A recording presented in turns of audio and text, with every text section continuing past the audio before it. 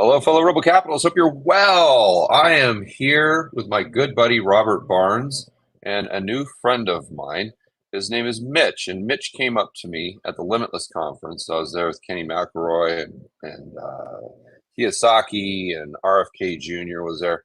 And Mitch revealed what I mean. There's no other word for it. It's shocking. It's absolutely shocking. It's almost like a Michael Burry type of investigation, but instead of mortgage-backed securities and derivatives, Mitch has gone into what these local governments in Texas are charging people for property taxes, and it's fraudulent to say the least. So when Mitch came up to me at the Limitless conference, I said, "Look, I've got to get you in touch with Barnes because this is right in his wheelhouse." So I wanted to invite both of them on so Mitch could explain exactly to Robert what's happening. You guys could just be a fly on the wall and then get Robert's feedback on what we can do to hold these people accountable and make sure that this isn't happening into the future. So, Mitch, do you want to go ahead and introduce yourself? Just give your backstory really quick, and then tell us how you came across this. Quite literally a conspiracy to defraud homeowners in Texas. Sure. I am a 35-year builder developer with a background in statistical probability and quantitative finance. I'm originally from Windsor, Ontario, Canada, and I left my home country because of the socialism. And now here I am investigating what has come our way since 2016, when I realized that Denton Central Appraisal District was committing fraud on the public. And I didn't realize the depth in 2016, but I knew something was wrong. And then in 2017, that's when we really started digging in, because they tried to jump the value of one of my retail buildings from what had been settled in 2016 at roughly $1 million to 1.7. Well, coincidentally, my income went down. If my income goes down on an income producing property, please explain how the value goes to 1.7. In other words, even at 1.7, the income off the property could not support the taxes. The property could never generate the revenue to support the taxes. So we filed 2017 all the way through. We've been filing year after year after year lawsuits. We have won every single one of them, but this is not inexpensive. So finally, what happened in 2023, I told Matt in 2016, there was a wizard behind the screen doing this, because there is no computer system on this planet that could be monkeying with these numbers to the point of what we had discovered. Well, in August of 2023, Don Spencer, the chief appraiser, stood in front of the board and told the board that they took 60,000 properties outside of the database, manipulated them in Excel, and put them back. The person who did it, her name is Rebecca Townsend. She works directly for Don Spencer. Here's the problem. She's the wizard behind the screen. Admittedly, okay? A week after that, Charles Stafford, the board of directors member, stands in front of the board and tells the public, "Mr. Spencer, you and your team are the masters at guessing." Those two issues alone prove the entirety of the case. They have admitted to manipulating the data, but it gets even better.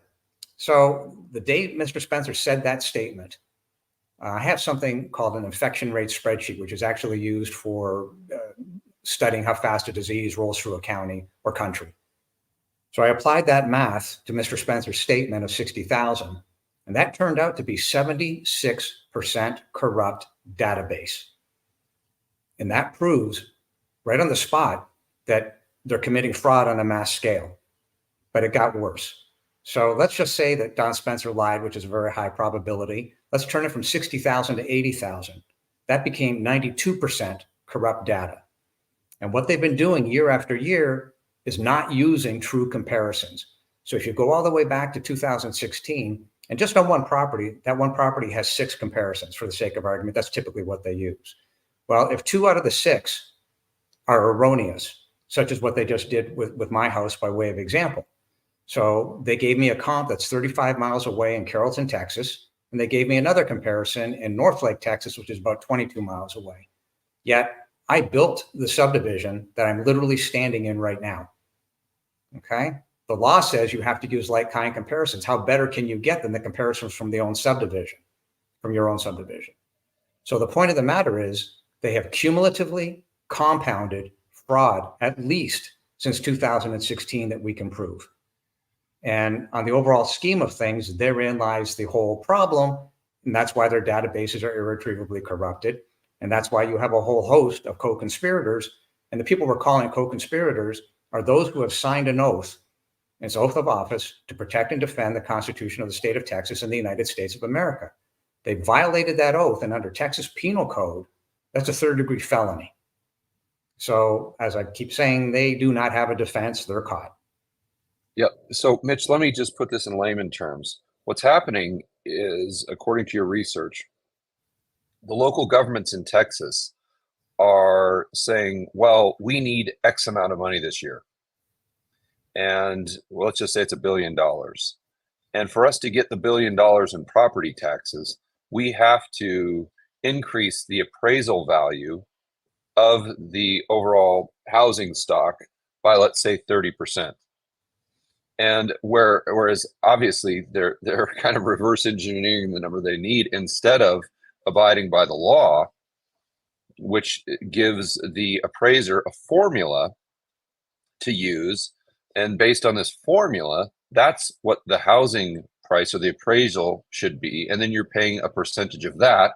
But unfortunately, if they were being honest about it, the county or the city wouldn't get enough of these property taxes to fund the local school districts, nor would anyone buy their bonds. Because let's remember that the cash flow from these property taxes is the underlying asset from a lot of these municipal bonds that are being sold.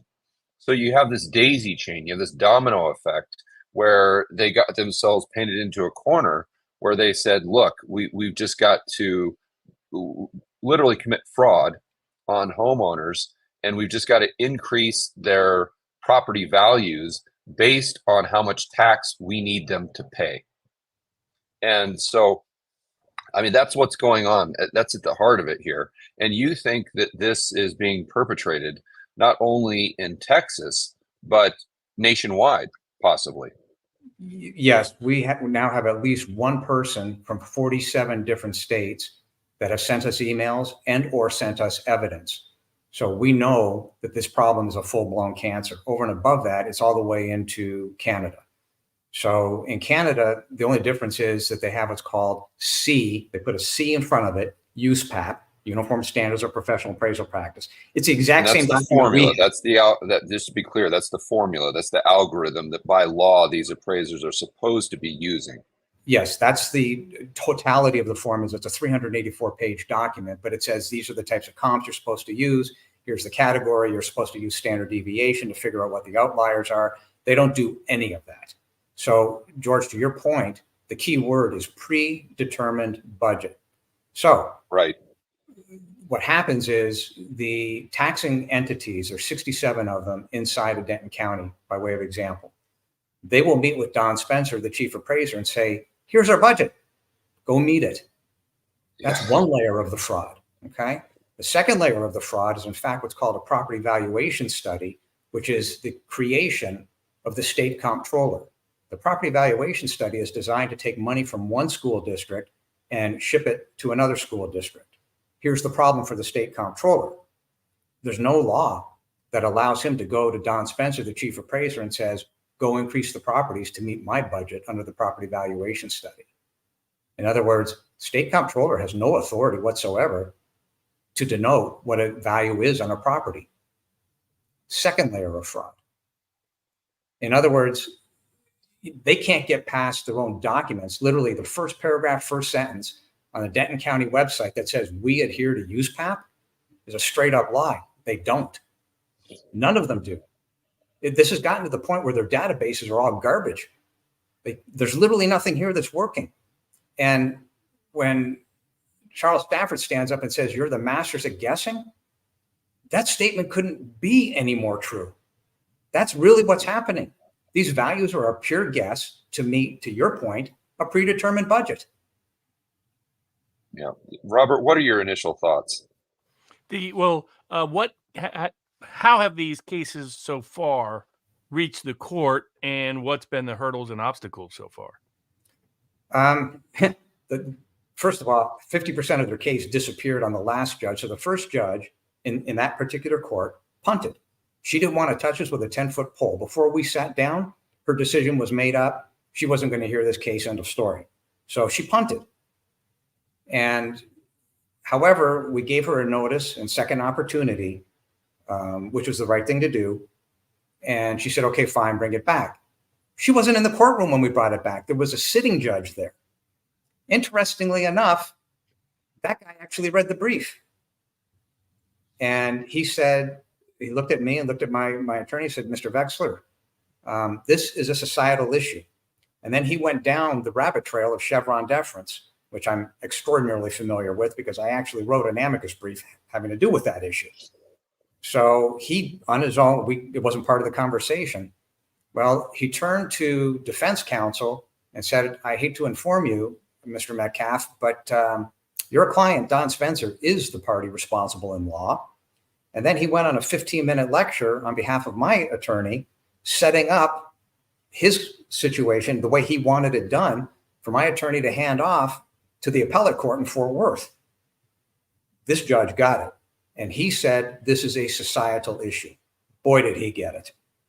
So the problem that the state of Texas has not realized yet is that every time somebody in the state of Texas punts on this case, that pushes us one step closer to the U.S. Supreme Court, because the sovereignty clause under the U.S. Supreme Court trumps anything that the state can do. And then, of course, you get into the 16th Amendment versus what the state has done, because in reality, market value, is not allowed under the 16th Amendment. Tax on income is. Tax on unrealized gains is not. So I'd love to be able to get you the 10 pages. We'll do that afterwards, but you'll be shocked as to how far we've taken this, because we took USPAP, we tied it to the math, we tied it to the Texas Property Tax Code, we tied it to the Texas Constitution, and we tied it to the US Constitution. So the answer to your question is, what have been the hurdles? Well, kind of none, because we're going to win at the appellate court, and then it gets bounced back right to where we were, to the same court that didn't want to hear it. So assuming she hears it and doesn't ignore the appellate court, all this evidence will come out, and then we'll see where it goes from there. But they don't have a defense. I mean, they've literally jumped up and said, oh, you can't touch us. This is immunity. No, that's not what the law says. I can sue the ARB members. We can sue the chief appraiser. We can sue the RPAs, registered property advisors, who have committed perjury. We can do all of that. We can file criminal complaints. In fact, I've got 12 criminal complaints sitting on my attorney's desk right now, pending getting past the appellate court. So there's all sorts of things we can and will do, but we're at the end game of this because they cannot defend their actions. They're caught. They've committed fraud. Have you had any success approaching legislators or political elected officials or anybody on the legislative side of the aisle or the executive side of the aisle at inquiring as to what's going on? Well, there's a fellow by the name of Senator Beton Court who sits on the Texas legislature. Mr. Beton Court makes his living as a real estate tax consultant. He has zero interest in fixing this problem. At a minimum, he should have been forced to recuse himself. And there are certainly powerful people who have a benefit to ignoring this problem. Up until 3.5 weeks ago, I was completely unknown. Travis Spencer reached out, and because he had heard what I was doing, so we had a conversation, and then we put a handful of videos together that have just jumped off the charts in terms of what they're doing. So not that many people know this circumstance. Its reach is somewhat limited, only because nobody even knew 3.5 weeks ago that I even existed. I've never been on social media. I didn't know jack squat about it. So I'm kind of learning little by little. But the bigger the breadth of this, like I said, there's now at least one signature from 47 different states. So the more this gets pushed out, every day that goes by, the more power we get, and there is power in numbers. So I'm hopeful that eventually the Texas legislature will have no choice but to wake up and smell the coffee, because the closer we get to the U.S. Supreme Court, the worse this gets for the state of Texas. Now, there is a circular argument there. If we actually put it into the federal court and we win, well, this is a multi-billion-dollar hit to the state of Texas. Do I expect any money? No, because the state doesn't have it, and you can't turn around to the taxpayers and go get it. Ergo, what is the end game here? The end game is to eliminate the property taxes. And because mom and pop's balance sheet has been decimated, if you eliminate the property taxes, you put the power back in mom and pop's hands, where their balance sheet in 30 years, by virtue of the principal reduction, they can retire from this, plus a little bit, call it $2,400 a year, stuck in an index fund. They'll put $900,000 in their pocket in 30 years from now. There's things that can be done. The point is, this is so far off the charts. There is no other solution, because these CADs have literally taken something that's supposed to be objective, right? USPAP is about being objective. You have to quantify what you're doing. They took something that's supposed to be objective and literally made it 100% subjective. And in the process, destroyed mom and pop's balance sheet. I mean, 37% of your population cannot afford the house, the roof over their head. And to that point, Don Spencer, under threat of perjury, stood in front of the press, stood in front of the board, and said, well, the average price of a home in Denton County is $514,000. Okay? That's mathematically impossible. He said the average price is $514,000. The median household income is $109,000. $109,000 at max can only afford a $296,000 home. The government's actual number, gross income to value, is 28%. The net result of that is that 67% of your population, total population, can't afford what Don Spencer is saying is the median value of a home. If 67% of the population can't afford it, then it's not the median or the average, is it? He's caught. Not only that, but if you keep raising these property taxes just on this subjectivity based on what the government needs, at a certain point, the people can't pay it, and they're going to have to sell those homes to extract the equity, because they can no longer afford. They might be able to afford their fixed rate mortgage, but they can't afford the maintenance. They can't afford the property taxes, especially if they're artificially, 100% higher than where they should be. They sell, and then the property values go down.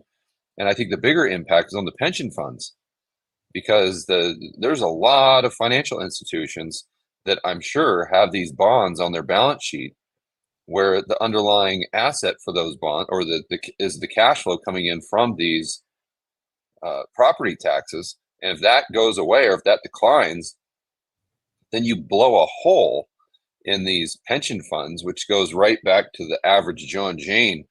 So, I mean, I'm just a layman looking at this from the outside, looking in, but my goodness gracious, I think you're going to get some massive pushback. I mean, keep doing it. It's incredible, but there's going to be a lot of powerful people, and this could take them down, including a lot of the pension funds. And who knows the systemic risk there? I'm just looking at it from an economic standpoint. But Robert, go ahead. I didn't mean to cut you off there. Oh yeah. Those are all good points. Explain two things. One is, how do these appraisers get into the positions that they have in Texas? Are they elected? Are they appointed? Are they appointed by elected officials? Is it the local level, the state level? And then secondly, it sounds like the subjectivity that you're describing and increasing the appraisal of the values, the homes, for tax revenue purposes is not being done uniform. In other words, that 30% of the homes, say, are being hit. Do I understand that right? In other words, are they saying, hey, we're just going to jack up every value of every home in our entire county by 25% because that helps us hit our numbers? Or are they saying, let's look at the more, say, politically susceptible communities and let's hit them, or let's do it randomly to say 30%, so a majority aren't objecting? How is it working in practice? It's target where all the Trump voters live. Yeah, exactly. Well, the property valuation study, as created by the state comptroller, is in fact targeting communities. They targeted Aubrey, Pilot Point, Sanger, but the cheating under the hood. So watch this for a second. We ran a standard deviation analysis on my own subdivision. There are houses in the subdivision that I built. Okay. The value went down 4. I went up 65%. The uniformity of application is virtually non-existent. Then you get into the commercial properties. So this year I got hit on an 8 standard deviation move on one of my properties. So to be real clear, an 8 standard deviation move is 1 in 390 billion. Okay, there's only 500,000 property tax accounts in Denton County. In other words, it can't happen.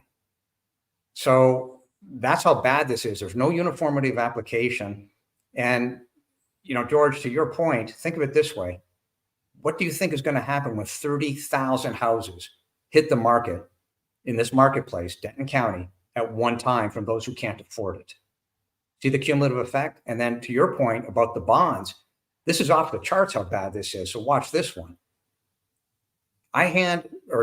The CAD hands to the taxing entity, let's call it Louisville Independent School District. I'm sorry, Mitch, who's the CAD? Central Appraisal District, Denton Central Okay. Appraisal District. It doesn't matter whether it's Denton or Oklahoma. A Central Appraisal District is a Central Appraisal District. Okay, But got it.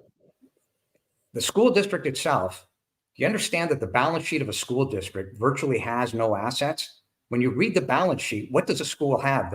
The buildings? Okay, I bought buildings from schools. You tear them down. The land that's under the buildings is levered. It's called a bond. They have bonds for land. They have bonds for buildings. They have bonds for driveways. They got bonds for roofs. They got bonds for stadiums. It's a spaghetti bowl of bonds.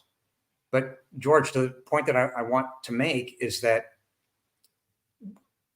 who are the bondholders? It's the pension funds. Okay. The school board has no assets except the deemed ability to get taxes from the taxpayer that we've already gone through, can't afford it. So the tipping point is here. The tipping point is now because there's no mass to support any more growth or fraud at the level of the taxing entities, such as the school districts. Who are the pension holders? It's not Morgan Stanley. Morgan Stanley goes to the pensioners and says, give us multiple pension funds, give us the money. We'll go put it into some of these school districts, into their bonds. Okay. The problem is that, by way of example, LISD hasn't paid off any bonds in 3 years. What are they doing with all these bonds? They roll them out and they roll them up. They roll out the timeline and they roll up the interest rates. 3 years ago, 2.78. Today, let's call it 7.78 on average. So instead of paying the stuff off when it was dirt cheap, they just kept compounding. So I call it cumulative compounding. Their method is the exact reverse of what an amortization schedule is supposed to be. They're amortizing up. Amortization schedules, when you own a house, you amortize down. You're able to pay it off in 25 or 30 years. They can't. They never have. They roll up and they roll out. The cumulative compounding effect of the fraud is why we're at the tipping point and why they can't use PAP or anything else, because they've created a systemic fraud that can't be paid off. And as far as those powerful entities saying, well, we're going to object, you can object till the cows come home. This game is over. You're being exposed, and it's going to happen whether I'm standing here or not, because mom and pop can't pay. What are you trying to do? Cause a civil war? You make people desperate. They're going to do desperate things. We're trying to say, wait a minute, this has gotten out of hand. This is fixable, painfully, but it's fixable. If you let it go to the point where the market jumps in front of you, this is game over. This will affect the billionaires, because what's a billionaire guy going to do? He's got 400 employees, and all of a sudden, let's say 50% of them show up and say, I can't pay my taxes. What do you think is going to happen to that billionaire's company? This is a systemic problem. And to be clear, Mitch, can you explain how these school districts are going to these, these trials and saying, no, you can't put a freeze on the tax increases until you figure this out, because we'll go bust. So they're on the brink of going bust as it is, and that's with the artificially high, the fraudulent numbers that they're getting from these from these CADs. So if they were actually to get the tax revenue that they are supposed to get, then they're done. These school districts are completely done.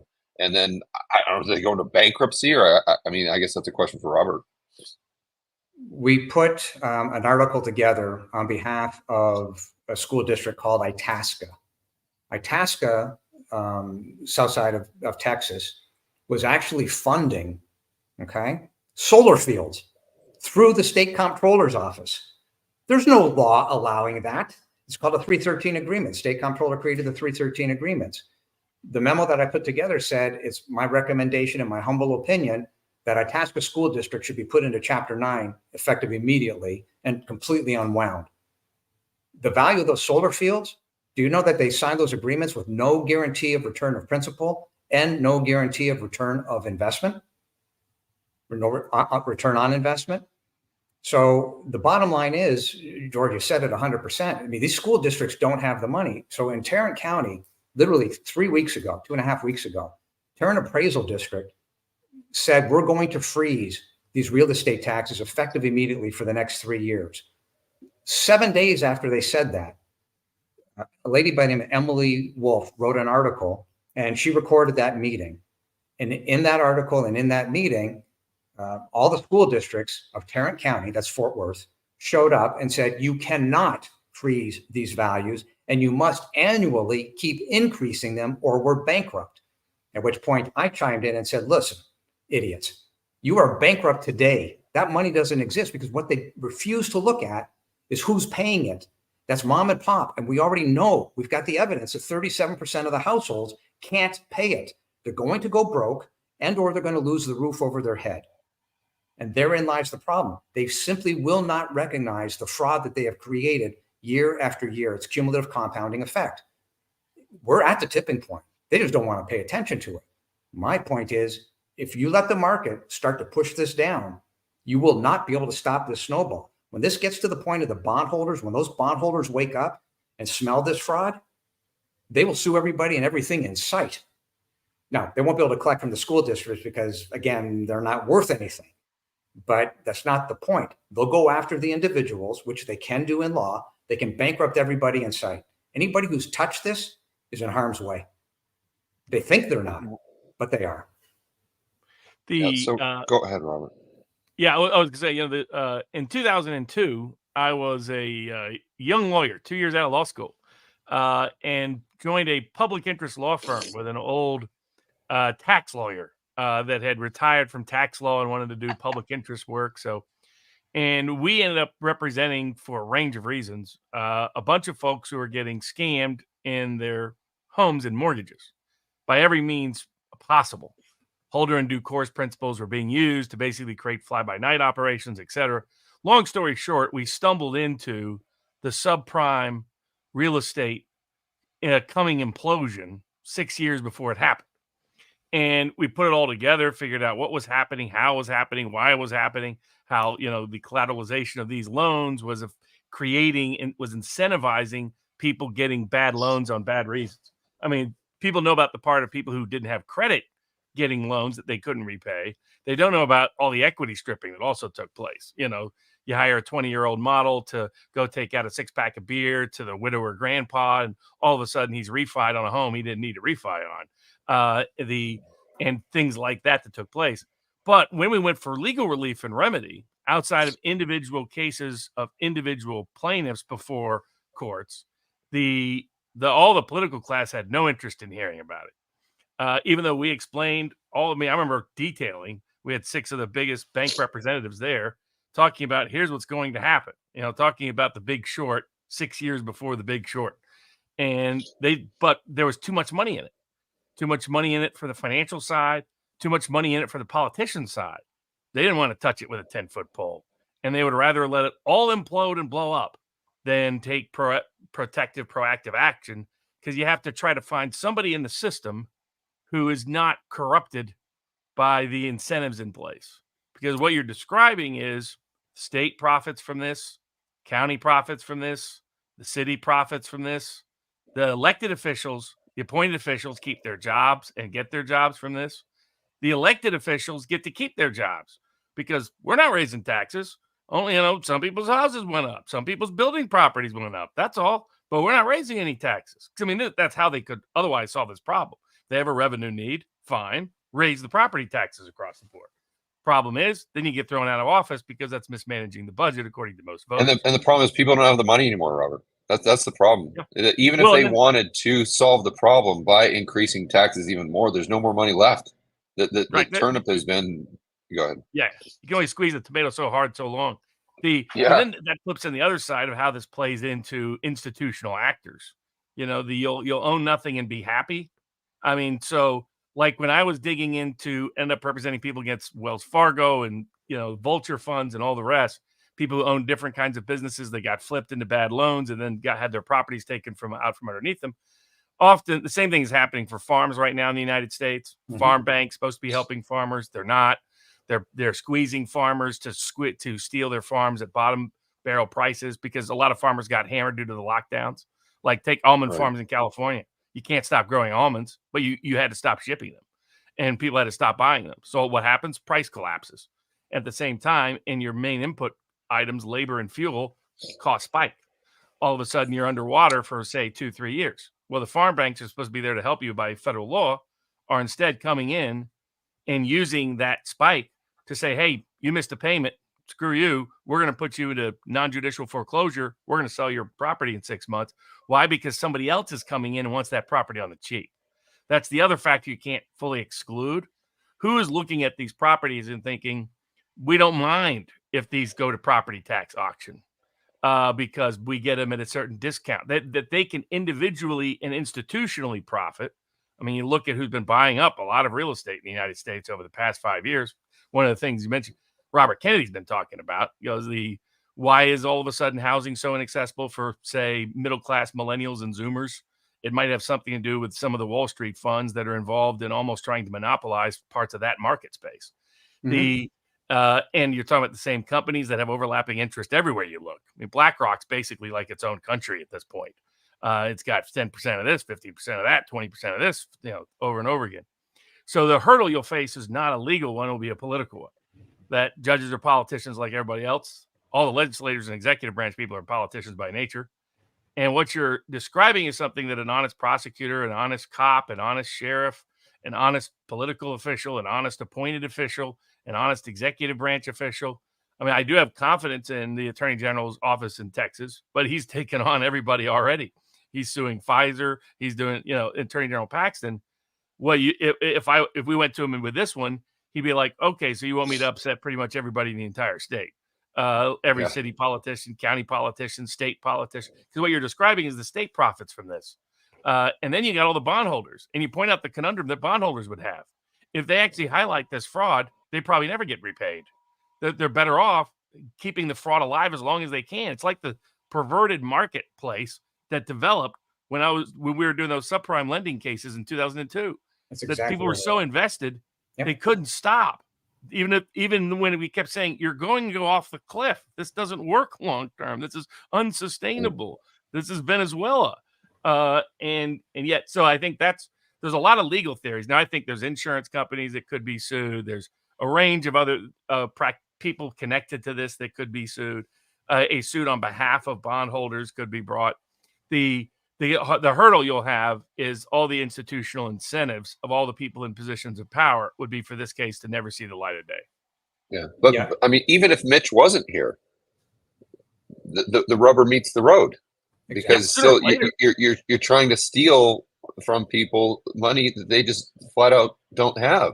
And Mitch, can you explain to the viewers how Fannie and Freddie also profit from this scam?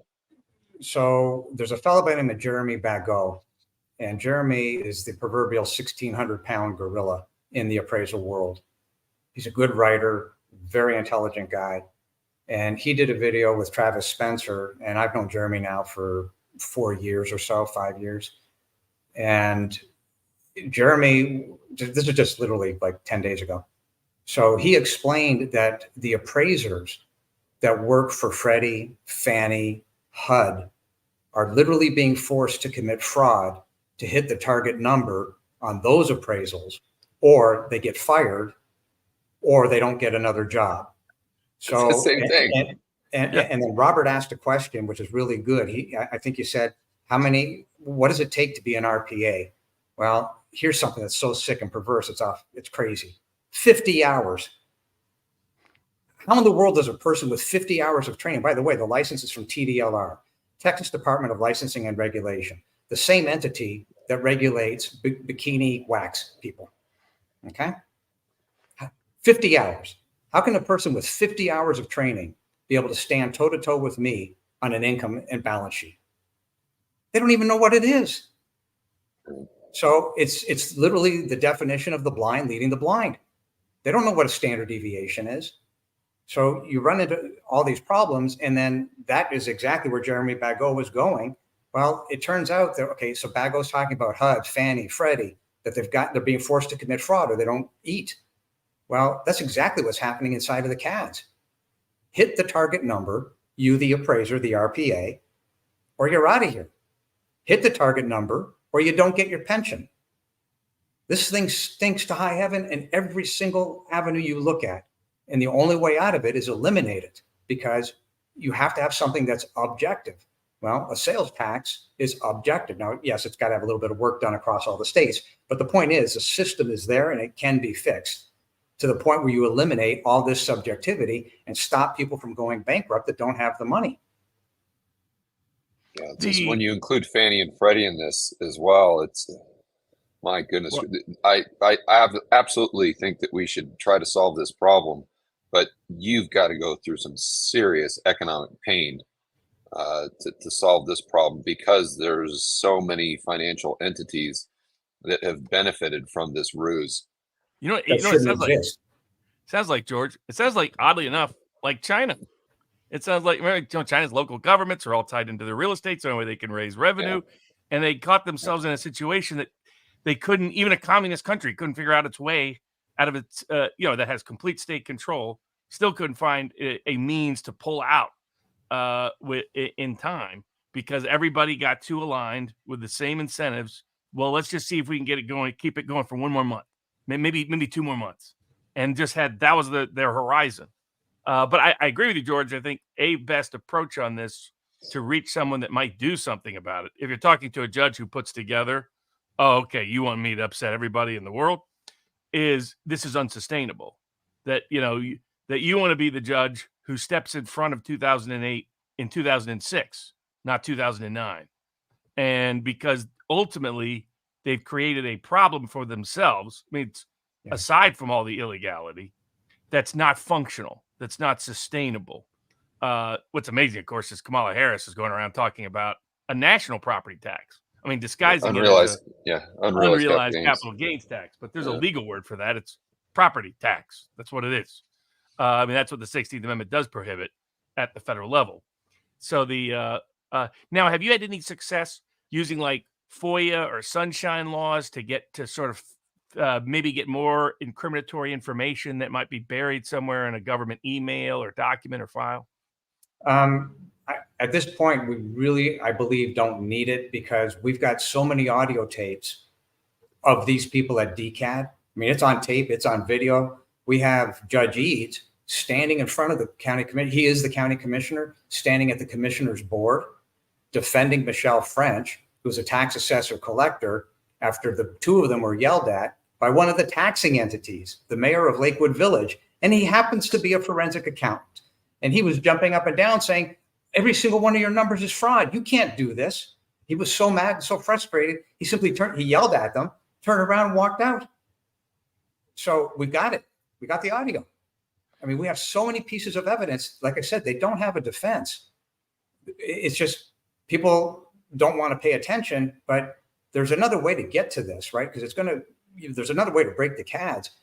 These people are dancing on a razor blade.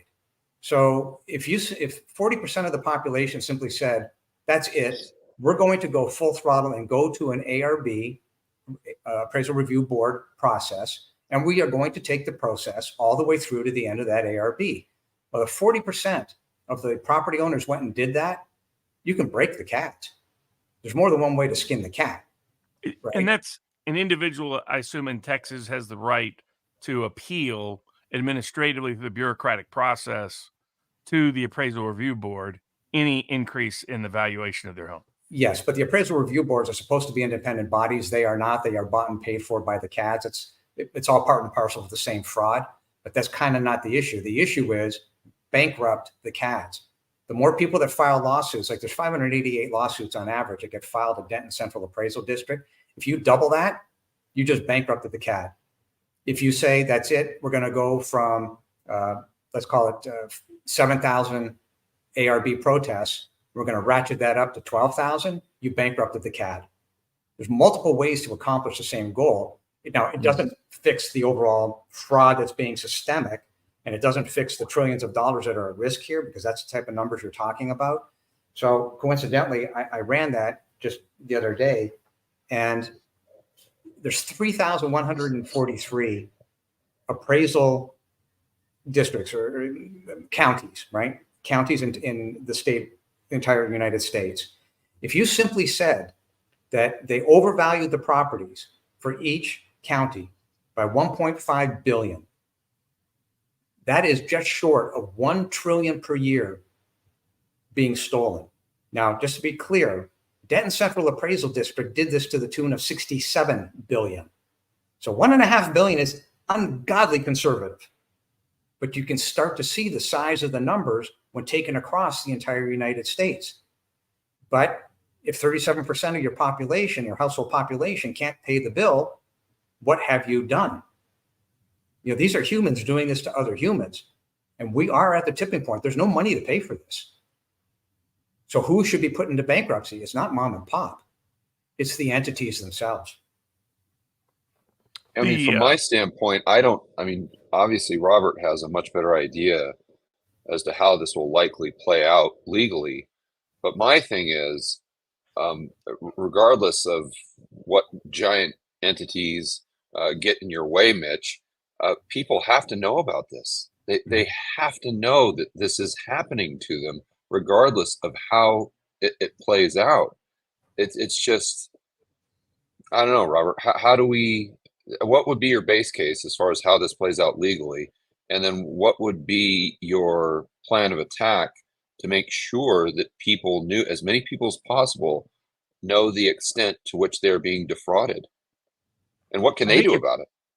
Yeah, I think twofold. I think it's a good idea that if people know their rights of protest and the basic rights of filing a suit challenging the appraisal, that what the ordinary person could probably benefit from is like a one-stop shop template that borrows from a lot of the things he's already done. All right. So that they don't have to re-research it, reinvestigate it. They could just plug and play and say, okay, this is what happened to me too. And I can borrow the legal language. I can borrow the template. I can borrow the accounting lingo, the professional standards language, the favorable cases out there, so that basically everybody can file those in mass, and that would get the court's attention just because of the volume, and would get the cities and the counties' attention because of the volume. You'll have, I'm doing civil rights cases right now against my hometown of Tennessee, and the way they handled volume was they ended all contracts with private lawyers and let their local associate counsel try to become a civil rights expert overnight. And she's, doing 30 cases. And we'll see how that works out for them. But the smarter path would have been to fix the underlying problem. But, they're politicians. What is interesting is I kind of give them credit to a certain degree. If you're like a Parks and Rec kind of corrupt politician, it's kind of the thing that you would think of. Oh, we don't ever raise taxes. We just randomly find 30% of the people to screw over and just jack up their appraisals, and we get everybody invested in the process, so that everybody's who's got cash in their pocket, other than the person whose cash is coming out of their pocket, is screwed. And we can run on how we've never raised taxes here in Denton County or wherever it is. As That's scams the model. It's a boss hog level scam. It's well said, right? Exactly. So what happens with Dukes of Hazzard and The Big Short come to Denton County, Texas? That's just, you just hit the nail on the head there. Boss hog level scam, that's for sure. And to your point, so Travis Spencer, it's a big job because we now realize that this is across the United States. So he is in the process, and I'm working with him to get this done. But we are creating the templates that people generically can use across the states. we're probably another 10 days away from having it finished, and it'll need polishing over time. As people say, well, put this in, put that in, but we're on the path to doing that to help mom and pop. And the more exposure this gets, it really is about mom and pop, because they don't have the ability to understand this, and because everybody's busy in their lives. But you're 100% right. That template would mean an awful lot to a lot of people. Yeah. And if it gives us the ability to destroy the CAS and bankrupt them, regardless of what the state level is doing, hallelujah. Whatever we can do to destroy the CADs individually, so be it. If that means that we have to start suing the RPAs themselves under threat of perjury, or under perjury because they've committed perjury, and we have to start suing the members of the ARB panels, we're prepared to do it. We're prepared to take this to the U.S. Supreme Court. Well, I mean, you do have potential. They make it hard, all the courts, but you do have potential civil rights claims. Yeah. Because in some cases they're being deprived of they are being deprived of their property without due process of law. Exactly. There's an argument, though they make it difficult these days, in the tax regulatory context, that some of these are takings without just compensation, depending on the circumstances, in terms of what ultimately happens to a lot of these people. They end up with their property literally taken, sold at a property tax auction or the like. The hurdle will just be a political hurdle. They'll have all the Pontius Pilate, what I call the Pontius Pilate pretext of judges, why and where and how they, by golly, they wish they could get involved, but they just can't fix that problem.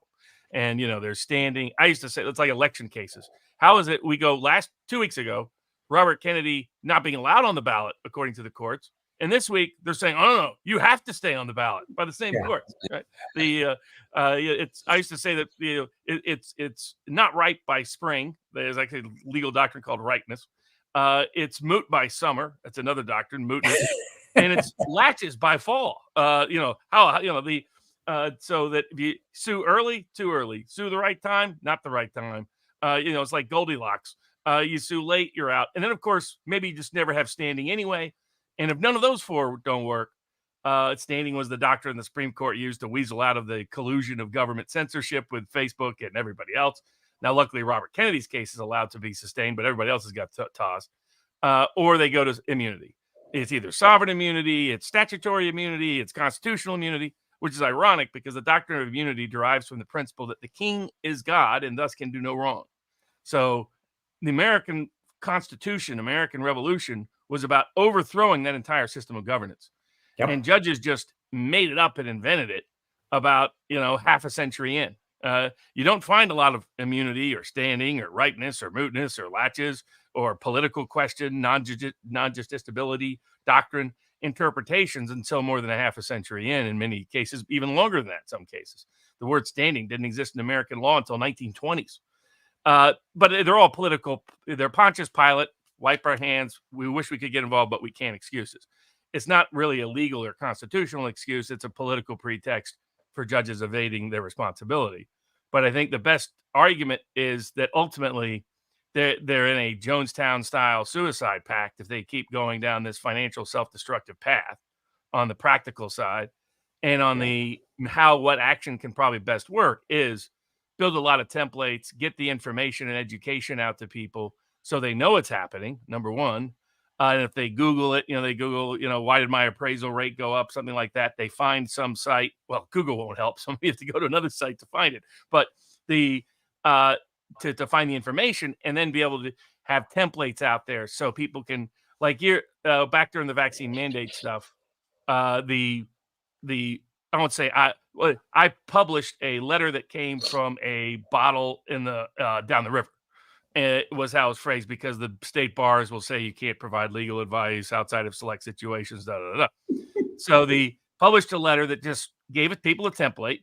Here's how to object to a vaccine mandate if your employer mandates it. Here's the kind of language the courts tend to respect and recognize. And there were literally tens of thousands of people, I've heard from hundreds of them myself, that use that letter to be able to protect themselves. So I think having templates that ultimately starts in Texas, but probably does have to be across the country because this scam is too good for every county not to be dipping into it. It is what it is. Yeah, when Mitch first brought this to my attention, I'm like, I hate to say this, but it makes sense. Why would they not be doing this, especially in today's day and age? And, another thing, Robert, you touched on it earlier. that they could be targeting specific individuals based on their political views or based on maybe something they said on Twitter. Because just think about it practically. If you do it to everybody, you run a risk of political blowback just the same as if you raise the taxes. You'd be better off doing it on 30% of the people, targeting the most politically, like my guess is certain big corporate interests that have property, maybe they don't target them just as a matter of how they might blow back on them. So you target the folks that have resources but don't have big political capital, maybe are new to the community, aren't deeply entrenched, don't show up at every campaign fundraiser, aren't within certain constituencies that are being politically protected.